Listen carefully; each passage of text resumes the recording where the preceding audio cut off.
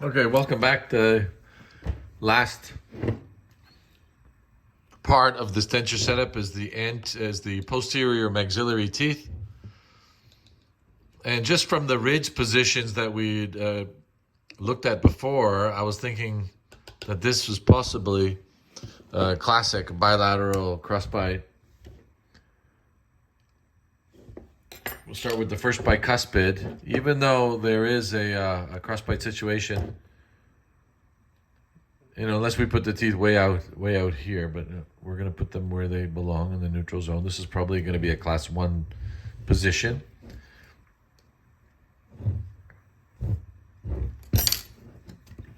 Just hang on, let me reduce. I've got some interference of my wax on the occlusal plane over here, just a touch. There we go. And really the overjet on number 4 is almost zero. Very little. It's in very tight. It's in a class 1 cusp marginal ridge occlusion still, though. 1 to 2 teeth. It's not lingualized, so to speak, with one-on-one tooth contact. And it's pretty much perpendicular to the occlusal plane because the lower is perpendicular to the occlusal plane. The canine was laid off slightly, which looks a little odd from the side angle, but from facially looks okay. So we'll move on with number 5. And you can see here, I'm trying to refrain from going out here into the cheek space.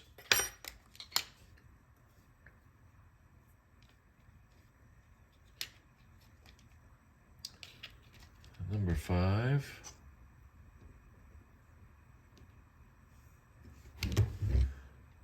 And here we see it's a lot closer to almost end-to-end occlusion.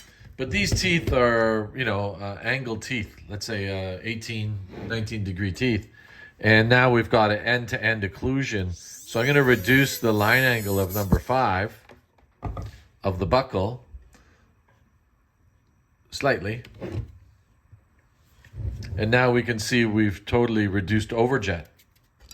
Now, if you wanted to look harmonious with number 4, which has a long buccal cusp tip, we can remove that one and gently round that buccal cusp of number 4 down. And then now we've got a smoother looking 4-5. Even though 5 now is approaching less overjet. You can see it's almost end-to-end number 5. Number 4 is hanging over slightly. Number 6 now is where we would cross the occlusion. Actually, 5 is where we cross the occlusion. And number 6 here. And this is what I mean by versatile teeth. I mean, these teeth can be used for lingualized setup. And here I'm using them for a bilateral crossbite with a little bit of manipulation of the line angles and the occlusal surface. Let's see what number 6 is going to look like when we put that on. Soften the wax here a little bit.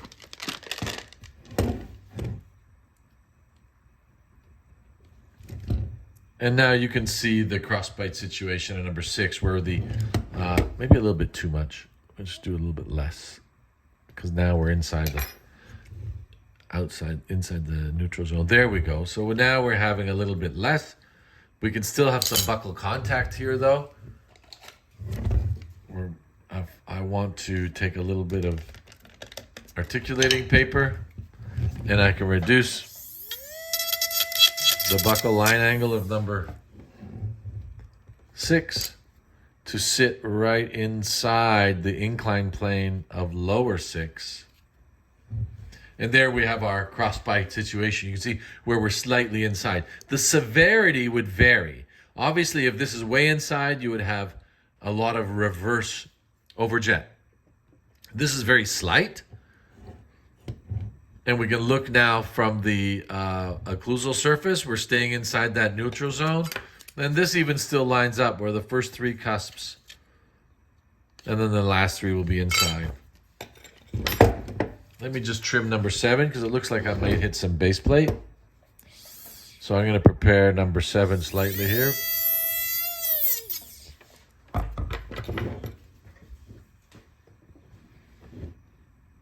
And soften the wax here. And then these teeth, posterior teeth of the upper are just outside the ridge. And that's why we're trying to minimize a lot of these midline fractures that I still see today on a weekly basis. And it's based on teeth outside the neutral zone. So, would the patient have excessive cheek biting? I don't know. We don't have the cheek. I don't have this patient chart in front of me if they had a lot of adipose tissue or if they were wearing a denture at all beforehand. You know, if the patient goes edentulous here, obviously the tongue goes into the neutral zone. The cheeks compensate for falling in. And now I'm going to reduce these buccal line angles just to match number 6, just slightly, not quite 0 degree. And there we have it in position. You can zoom up a little bit. So we have class 1, end to end, and now we slide into the crossbite on 6 and 7. Let me just rotate that just slightly there. And then now I'm going to, first of all, get that one into occlusion. Now, if you get your articulating paper and go into some lateral excursions, then you can minimize any of these, let's say, eccentric contacts that'll occur. However, this is based on average value mountings. I would use the patient as the real articulator and go to, even at the try and assess if there's any interferences, how much freedom does this patient have in protrusive left lateral, right lateral, if any. Again, this is just taking some of my articulating points down. Now I'm going to wait till I do this side to match this side, and then I'll go through some articulating movements to maximize contact and to increase the smoothness of the group function occlusion. So let's get this wax. For your viewing pleasure, I will move quickly.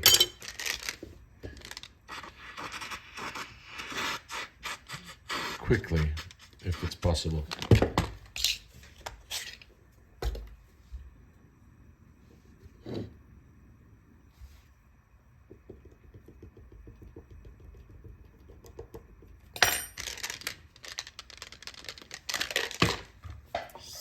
This one was interfering with the, just take a little bit off the intaglial surface of number 4. I just want that neck to fit in. I don't want the ridge to hit it. And there we have our class 1. Check the line angle, the long axis. I'll go back and I'll adjust this tip.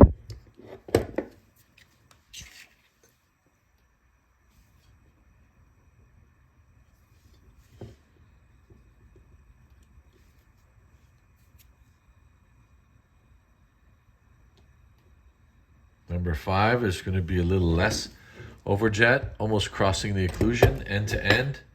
I'm going to reduce the buccal line angle, kind of flatten it down a bit, probably take 5 to 10 degrees off it. And there we have more of an end-to-end situation of number 5.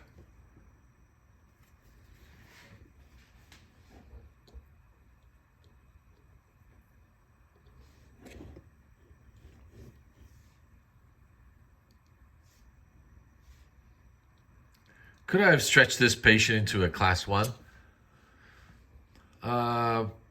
Possibly, and then we would find out what would happen after, wearing the denture. Although, I feel a lot more confident in this position. Hopefully the buccal corridor doesn't look hollow on the patient, meaning when they smile, depending on the smile window, if they've got this big high corners of the mouth, which is going to show some black spots down the left and right cheek buccal corridor. Hopefully not. And here we're going to go into our crossbite. I'm having a little bit of issue with the wax here, but I will correct. Get the dust off here.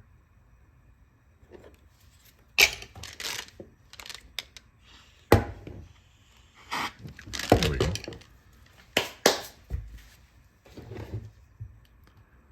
And there we have a little bit more end-to-end crossbite going here in number 6. Reduce the buccal line angle slightly.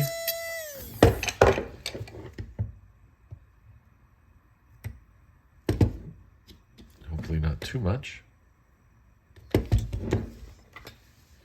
had a step here with number 7 lower. There we go.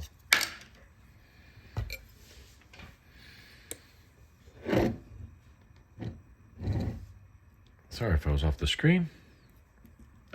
Let's zoom out again here just so I don't miss anything. I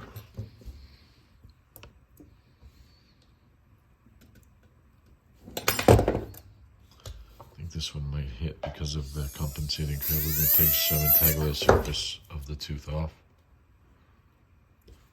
Get the wax off the occlusion on number 6. And then here we have to reduce the buccal line angle of number 7 slightly. Get the right long axis. And then we have our crossbite situation. Let's zoom in. We have our, oops, that's a little bit too aggressive. Sorry. Ay, ay, ay, ay, ay.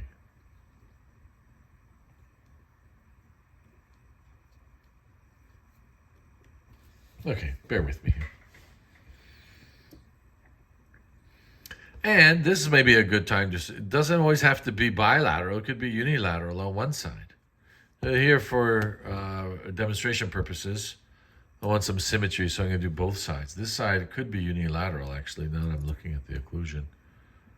I could get away with just the one side, but let's see what happens here. So there we have our crossbite. Minimal crossbite it is, but it still is inside the coronal confines of lower 6 and 7.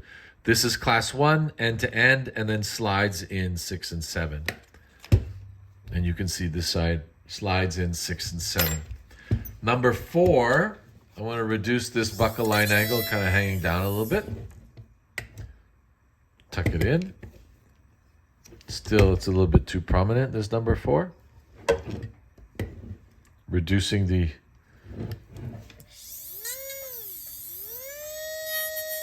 overjet, reducing the overbite from that hanging down cusp. And if it still bothers us, we can always adjust number 3 if we have to. So there we have 4s are in class 1, 5 end to end, 6 and 7 on both sides in crossbite. Let's zoom out just a touch, or in, out, there we go. And then I'm going to wax this up. Don't burn the teeth, eh? But I just want to show you some. Hang on, this slipped from 30.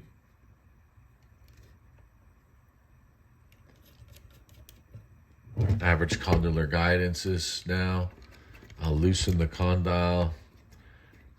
Don't do this when the wax is too soft, but slowly now.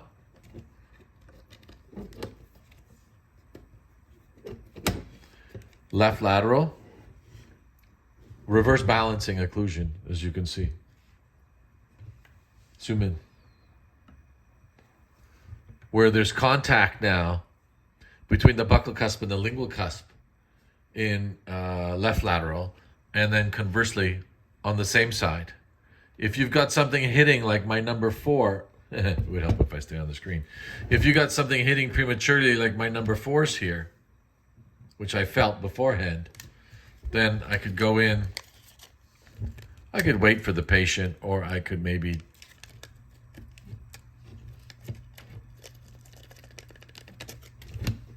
mark it.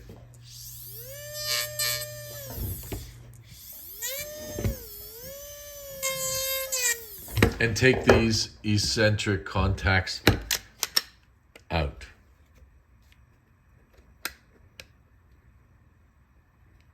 Smooth anterior glides. The pin is staying on. Oh, nice. This way. Nice. I can almost feel it. And then I will leave any more small details. Look at the freedom here in this crossbite smooth.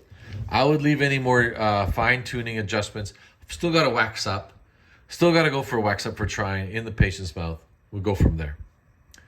But there you have where what I'm trying to emphasize is class 1, 4, end to end 5, 6, and 7.